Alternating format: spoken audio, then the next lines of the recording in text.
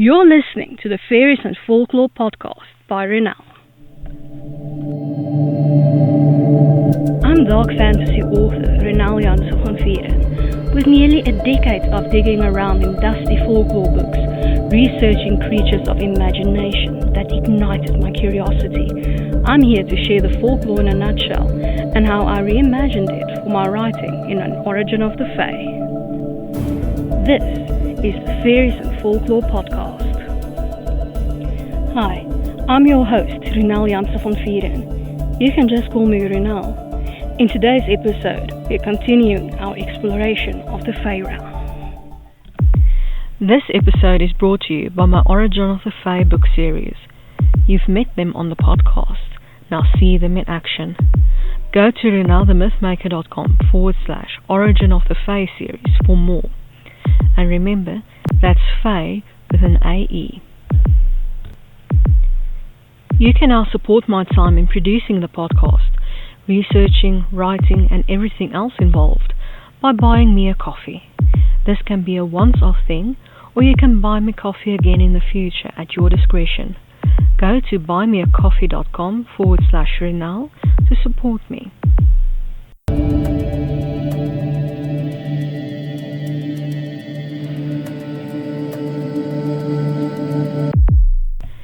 We're continuing our exploration of the workers of death.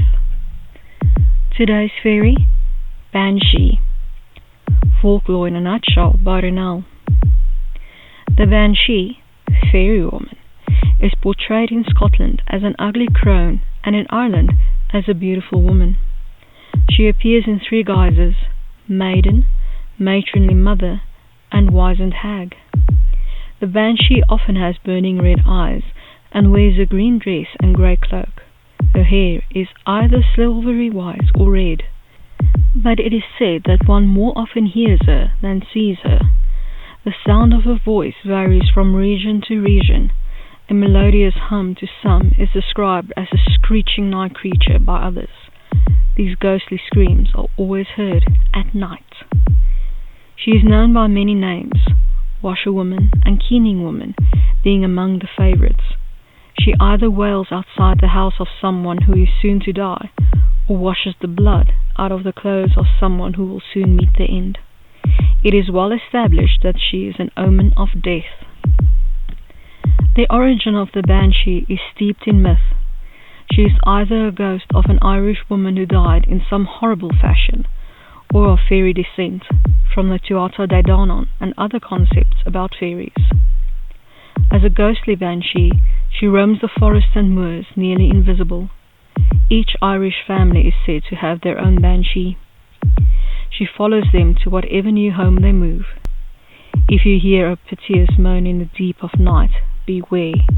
It might be your family's banshee forewarning you of your death, or the death of someone close to you. If you have Irish ancestry, of course.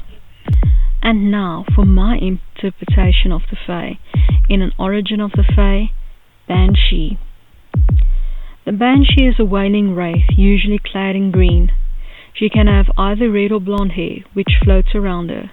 She is strikingly beautiful despite her incessant bawling.